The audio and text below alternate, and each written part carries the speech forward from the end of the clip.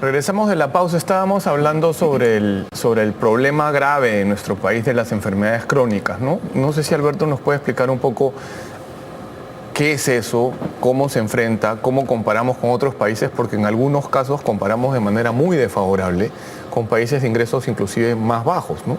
Sí, claro. O sea, hay zonas, por ejemplo, en el país, La Victoria, por ejemplo, que tiene casi en materia de tuberculosis los mismos indicadores que los peores que puede tener en el África o el África subsahariana. O sea, en realidad hay muchos problemas. Y es que en esta población, en este país en el que hay casi, generalizando, hay dos grandes poblaciones, tienes una población que está sufriendo los problemas endémicos de todas las plagas que tenemos en este país por las diferentes regiones a nivel nacional. Pero también tienes un problema de obesidad, tienes un problema de países ricos, ¿no?, que se presentan a raíz del aumento de la esperanza de vida. Entonces tienes en este país, en el mismo país, en una misma sociedad, dos poblaciones que sufren, una población que sufre las enfermedades de la pobreza, la desnutrición, la tuberculosis y otras enfermedades, anemia. Y tienes otra población que sufre enfermedades crónicas producto de que ha aumentado la esperanza de vida, pero sobre todo porque tienen otros hábitos de consumo y entonces terminan teniendo enfermedades que puedes encontrar, enfermedades cardíacas, enfermedades coronarias, enfermedades reumatológicas, que puedes encontrarla en las poblaciones más ricas de Europa o en Estados Unidos, ¿entiendes? O sea, entonces tienes esa convivencia, pero frente a esa convivencia, los sistemas de salud, como bien presentabas y comentaba Arturo, no se encuentran preparados por una sencilla razón. No solamente la oferta no se encuentra, digamos, de manera estructurada y trabajando en un solo fin, sino tampoco el financiamiento de esa oferta. Tú mencionabas hace un rato por qué algo tan sencillo que podría parecer integrar la seguridad social con el seguro integral de salud, que es un seguro público, no cuenta con aportaciones, sino es subsidio público, y por qué no integrarla también con regímenes privados de alguna manera. En realidad hay tres razones fundamentales por las que no se ha podido integrar. La primera obedece a presupuesto. El presupuesto en la seguridad social, que además está financiado por todos los trabajadores formales, que no son dineros públicos, es más, ni siquiera de los trabajadores, es dinero de los empresarios, que son el primer financiador de este país, de la seguridad pública, como es salud, está 3 o 4 veces por encima en presupuesto per cápita de lo que el Estado hoy financia a un asegurado del seguro social, del seguro integral de salud. Y de la misma manera tienes un sector privado que con la cuarta parte de lo que un empresario financia a la seguridad social, se financia un servicio de mucho mayor calidad, hablando en términos cualitativos y cuantitativos, y además con una cobertura digamos, mucho más amplia y mucho más rápida en oportunidad, en servicio.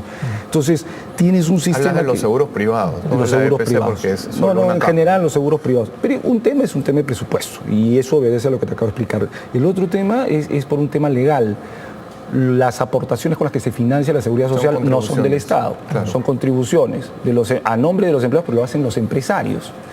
Y en tercer lugar, hay un tema político, y básicamente ligado a un tema político de remuneraciones. Los trabajadores de la seguridad social ganan más que los trabajadores del Ministerio de Salud.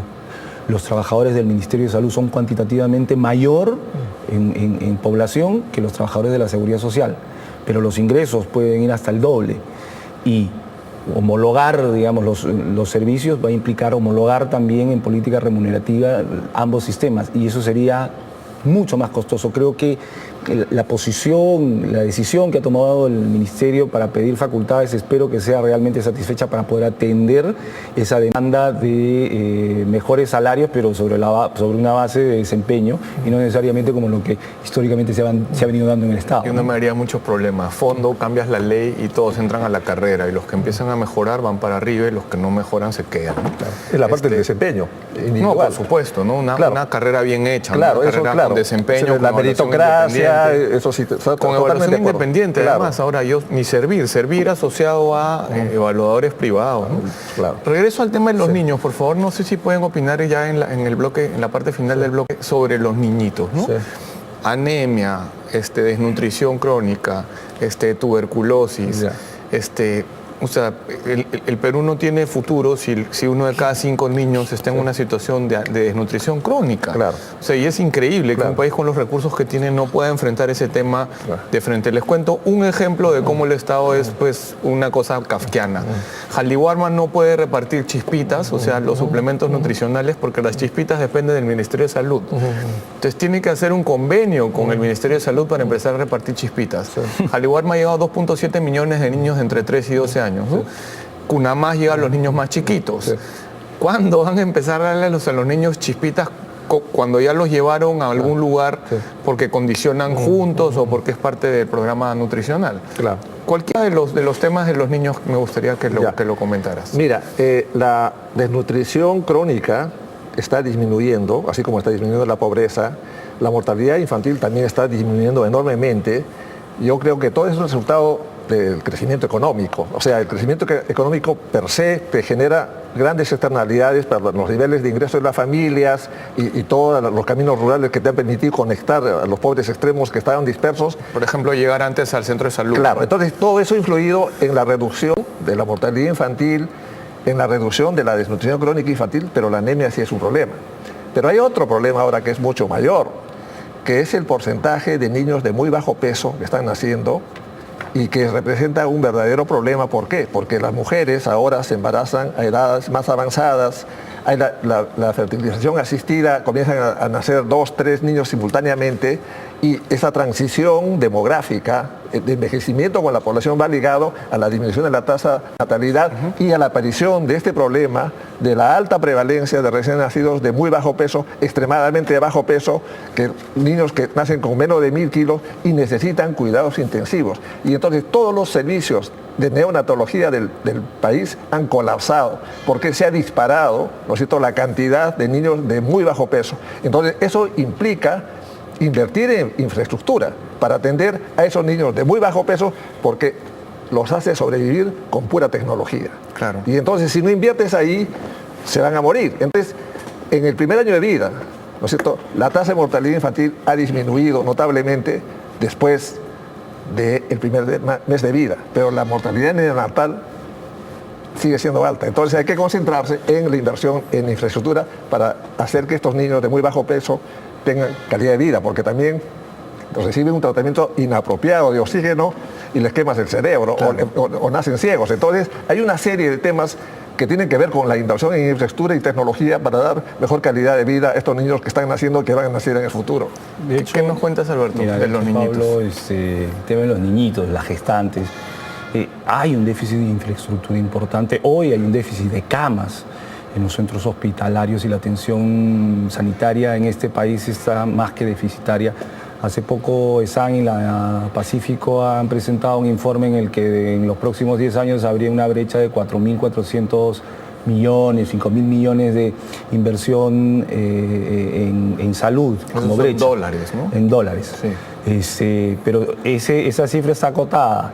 Y te explico por qué. O sea, esa cifra está acotada sola y exclusivamente a los servicios de atención primaria, no a los servicios intermedios y menos a los servicios hospitalarios. Para que te hagas una idea, en Europa, fundamentalmente Inglaterra y España, se invierten alrededor de 4.000 millones de dólares en un semestre. Entonces, guardando la distancia, este país tiene mucho más brechas en infraestructura que cualquier país europeo, en primer lugar, porque los europeos invierten eso en modernizar su infraestructura y lo hacen en asociaciones público-privadas. En Perú... Acá a mí me parece una cosa inmoral que el Estado no recurra de manera más agresiva a las PP, ¿no? Para que te hagas una idea, porque pueden decir que este es un tema político, no es un tema político, es un tema de déficit de servicio. ¿Sabes quién es el más grande administrador de lavandería, digamos, hotelera o de cocina hotelera en este país? El Ministerio de Salud.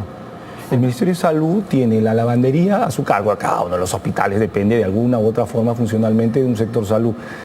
El Ministerio de Salud tiene que ver seguridad, limpieza, almacenes, lavandería, cocina, de todos los hospitales públicos en Lima directamente y en las regiones, cada una de las regiones. Entonces ya te imaginarás que el Ministerio de Salud, ¿te imaginas algún funcionario encargado de lavanderías, de seguridad?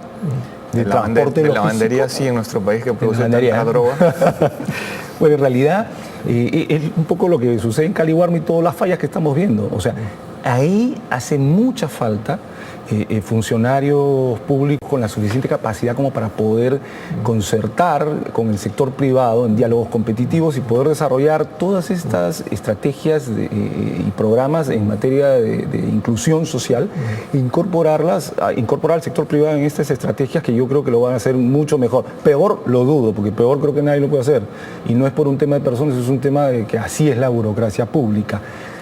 Y finalmente, yo tengo una preocupación a propósito de que vimos una mención, un contrabando ahí en la delegación de funciones, de la delegación de facultades al MINSA, y está relacionado a una ley que promovería, o ni siquiera promovería, una ley que obligaría a los proveedores privados de medicamentos, es decir, farmacias y boticas no públicas, a planificar sus stocks con medicamentos genéricos, además del stock que ya tiene. Eso es intervencionismo puro, creo que ha sido un error, felizmente en el Congreso de la República no se ha dado, y lo que sí veo con preocupación es que se filtró una frase ahí para el programa Farmacias Populares. Farmacias Populares fue un proyecto casi electoral que se ha desarrollado en Brasil y en Venezuela bajo los gobiernos de Lula y creo que de Chávez en Venezuela, mediante el cual, a través de un subsidio, el gobierno del Estado entregaba medicamentos a un grupo de pacientes con riesgo,